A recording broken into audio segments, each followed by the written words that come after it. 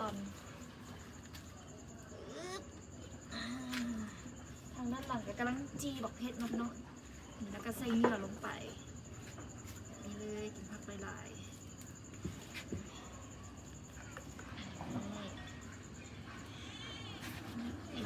อันนี้นี่โบอิลีเขาก็บ่ค่อยได้กินได้เพราะว่าเมนูนี้เขาเจ้ามาเฮ็ดตามงานบุญงานดอกเนาะเฮ็ดเลี้ยงแขกเลี้ยงคนหลายๆนะพี่น้องเนาะ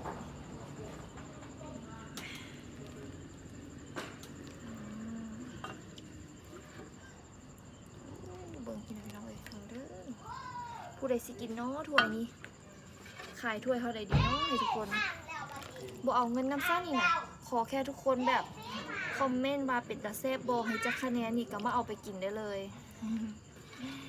มาซิมน้ำกันเด้อพี่น้องเด้อเนาะคันมาแซ่บถูกใจเดี๋ยวสิเฮ็ดขายซะบ่เนาะนี่แล้วพี่น้อง